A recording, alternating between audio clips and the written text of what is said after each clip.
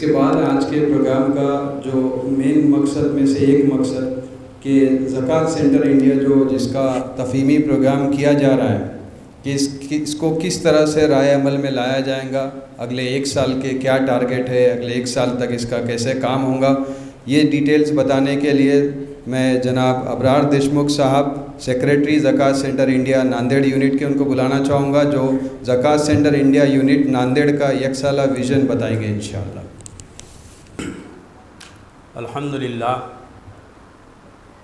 الحمدللہ رب العالمین، الصلاۃ والسلام علی رسولہ الامین۔ قال اللہ تعالی فی القرآن المجید، اعوذ باللہ من الشیطان الرجیم، بسم اللہ الرحمن الرحیم۔ انما الصدقات للفقراء والمساکین والعاملین علیہا والمؤلفۃ قلوبہم وفی الرقاب والغارمین وفی سبیل اللہ وابن السبیل فریضۃ من اللہ واللہ علیم حکیم۔ صدق اللہ العظیم والمولا الکریم۔ ربی اشرح لی صدری ویسر لی امری واحلل عقدۃ من لسانی یفقہوا قولی۔ ڈائس پر تشریف فرما محترم جناب عبدالجبار صدیقی صاحب، سیکریٹری زکوٰۃ سینٹر انڈیا دہلی، محترم جناب انجینئر جاوید لطف اللہ صاحب صدر یونٹ، محترم جناب مولانا سید آصف ندوی صاحب نائب صدر، ڈاکٹر محمد بدیع الدین صاحب، میرے دوست محمد احمد صاحب، ایڈوائزری باڈی کے تمام معزز اراکین، معززان شہر، السلام علیکم ورحمۃ اللہ وبرکاتہ۔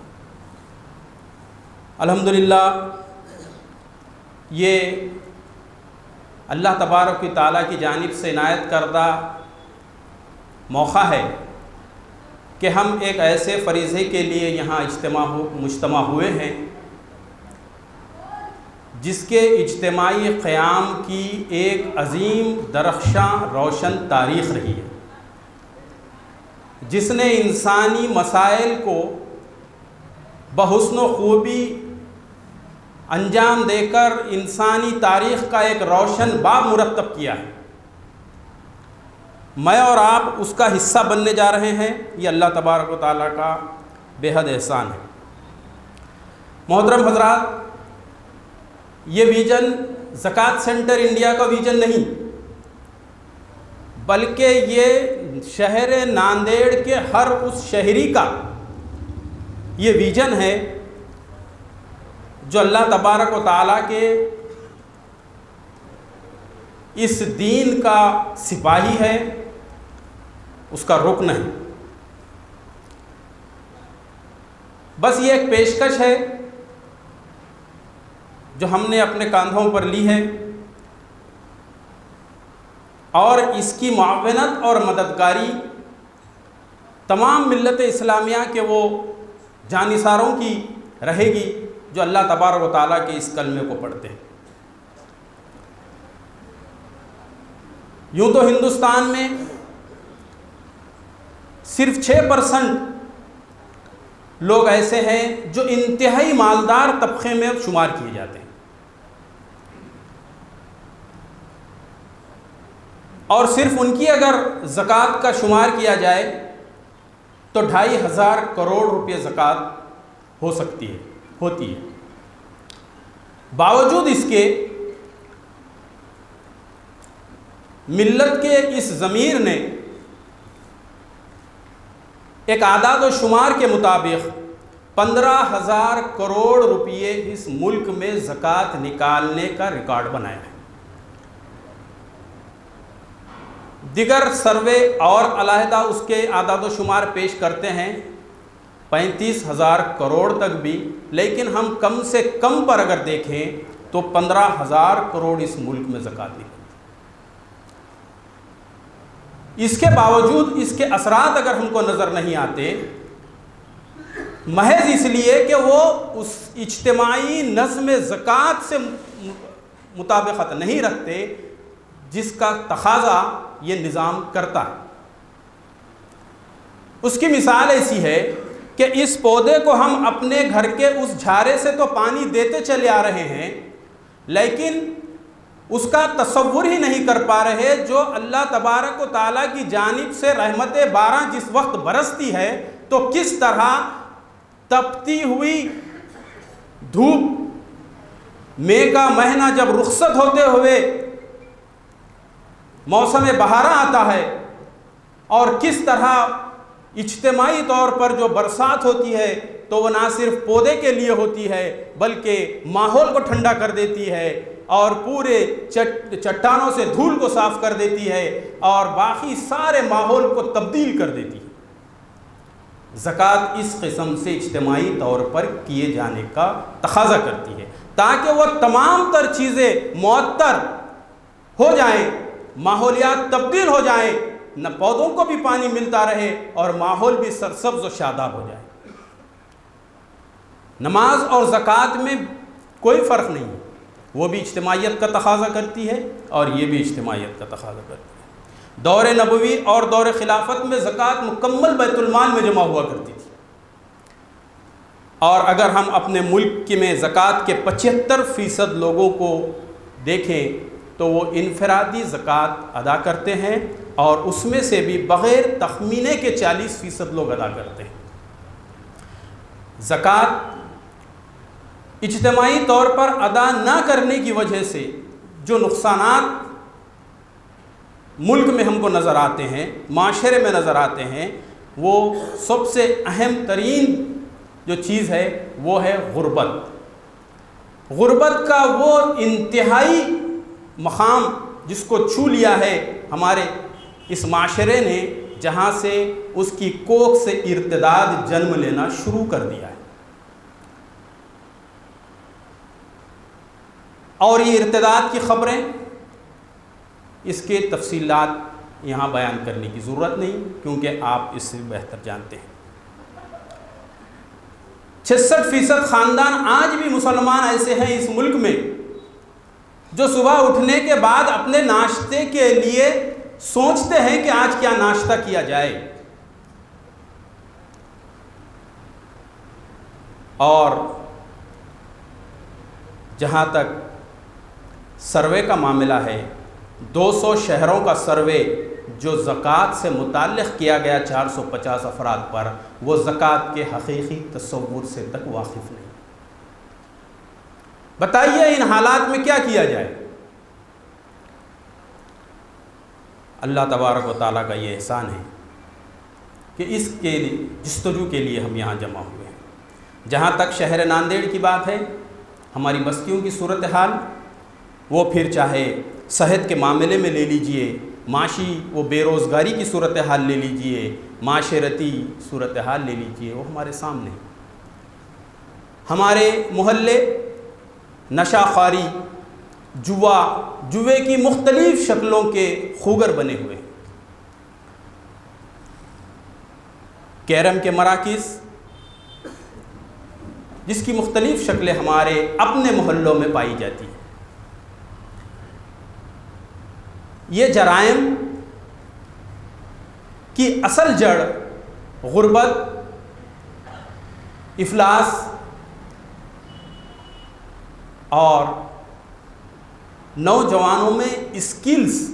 صلاحیتوں کی پروان نہ چڑھانے کی وجہ سے ایسے جرائم پیدا ہوتے ہیں۔ ہمارا ناندیڑ شہر کے لیے جو ہدف ہے، ہم یہ چاہتے ہیں کہ یہاں کی کچھ بستیوں کو ہدف بنایا جائے اور یہاں کے محلوں کی مسجد کمیٹیوں کے ذریعے، مسجد کمیٹی کے انتظامیہ کے ذریعے، ان کے ذمہ داران کے ذریعے اس کا سروے کرایا جائے اور پھر جملہ وصول شدہ زکوٰۃ کو اس کے تمام اہداف کو مکمل کرنے کے لیے باضابطہ پلاننگ کی جائے۔ ہمارے پلاننگ کے مطابق 45% زکوٰۃ ہم یہ چاہتے ہیں کہ نوجوانوں کے لیے،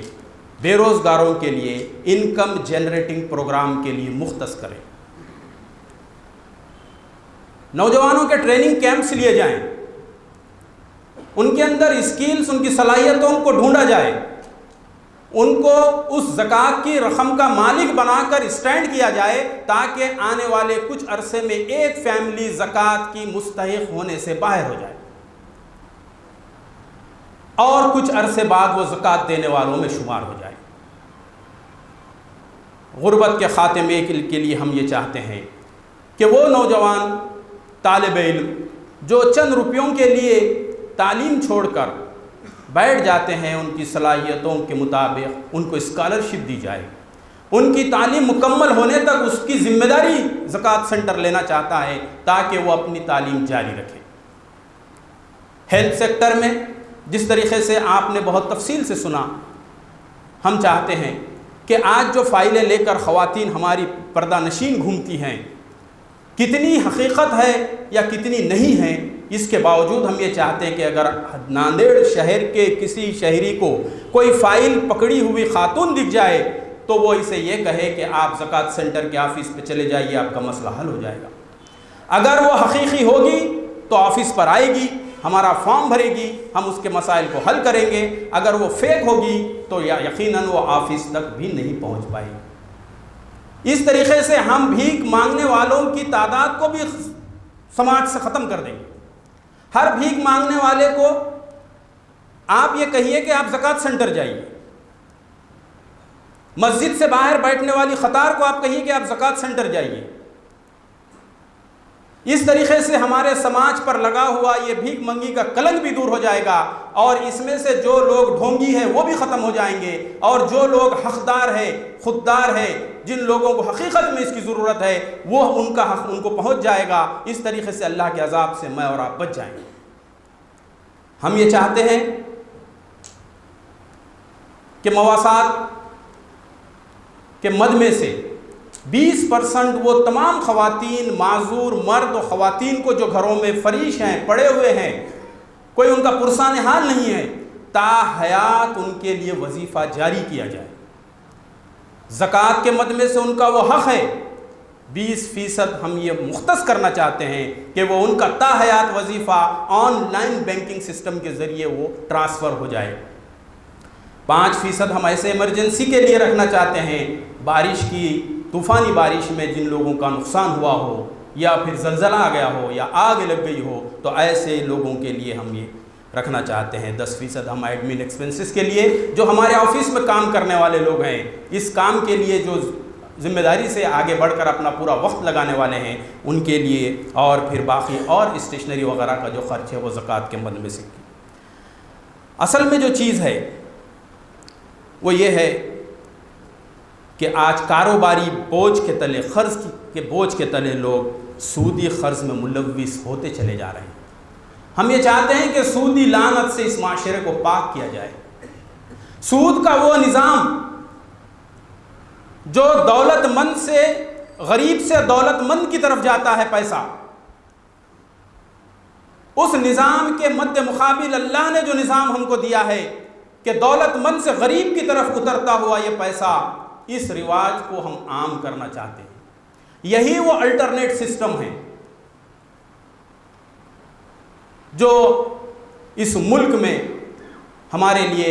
بہتر دعوتی مواقع فراہم کر سکتا ہے۔ لوگ چند سالوں کے بعد یہ سوچنے پر مجبور ہو جائیں گے کہ جس کمیونٹی کے لیے سچر کمیٹی یہ کہتی تھی کہ یہ شیڈول کاسٹ اور شیڈول ٹرائب کے نیچے تک دبی ہوئی ہے، آج اگر ہم چند سالوں کے بعد دیکھیں تو آپ دیکھیے کہ یہ کہنے پر وہ مجبور ہو جائیں گے، بلکہ برملا اظہار کریں گے کہ آج سب سے اپر کلاس اگر کوئی کمیونٹی ہے تو مسلم کمیونٹی ہے۔ یہ وقت آئے گا انشاءاللہ العزیز اس ملک میں، اور ہم اگر نہ رہیں نہ صحیح، لیکن یہ نظام اگر چلتا رہا تو یہ دنیا ضرور دیکھے گی کہ انشاءاللہ العزیز حضرت عمر بن عبدالعزیز رضی اللہ تعالی عنہ کے زمانے میں جب گورنر یہ کہتے تھے کہ اب ہمارے پاس لینے والے زکوٰۃ کوئی نہیں ہے، اس لیے ہم یہ بیت المال میں جمع کر رہے ہیں۔ تو حضرت عمر بن عبدالعزیز رضی اللہ تعالیٰ عنہ نے یہ کہا کہ اس کی ضرورت بیت المال کو بھی نہیں ہے، آپ اپنے علاقوں میں سرائے بنائیے، مسافر خانے بنائیے، روڈ بنائیے، بریج بنائیے اور رفاع عام کے لیے اسے خرچ کر دیجئے۔ مسلمان یہ کہیں گے ہندوستان میں اب ہمارے کوئی مسائل نہیں ہیں، اب آپ اس کو اپنے ملک کی ترقی کے لیے لگائیے، پھر اس وقت وہ لوگ کہیں گے کہ یقیناً یہی وہ اسلام ہے، یہی وہ دین ہے، یہی وہ آخری نجات کا ضامن ہے جو اس سرزمین پر باقی اور سارے پسماندہ انسانوں کی نجات کا ضامن بن سکتا ہے اور ان کی ترقی کی راہ دکھا سکتا ہے۔ کیا یہ ہر مسلمان کا خواب نہیں ہے؟ کیا صرف زکوٰۃ سینٹر انڈیا کا خواب ہے؟ یہی خواب لے کر ہم اٹھے ہیں اور یہی خواب دکھانا چاہتے ہیں اور پھر یہ بتانا چاہتے ہیں کہ اللہ کے نبی صلی اللہ علیہ وسلم کی وہ بات کہ ایک خاتون ثنا سے حضر موت تک سونا اچھالتی ہوئی جائے گی اور اسے کسی کا خوف نہیں ہوگا سوائے اللہ تبارک و تعالیٰ۔ اللہ تبارک و تعالیٰ سے میں دعا کرتا ہوں کہ اللہ تبارک و تعالیٰ اس کام میں اپنی مرضی شامل حال فرمائے، مدد و نصرت فرمائے اور ہمارے صاحب ثروت، صاحب استطاعت، صاحب نصاب لوگوں کو یہ اپیل کرتا ہوں کہ آپ اپنی زکوٰۃ میں سے کچھ حصہ اس کام کے لیے ضرور مختص کریں تاکہ ہماری ہمت افزائی ہو، حق والوں تک اس کا حق پہنچ سکے اور اس کام کو مزید مؤثر انداز میں کرنے کی کوشش اور جد و جہد کرے۔ یہ کام ملت اسلامیہ کا اجتماعی کام ہے،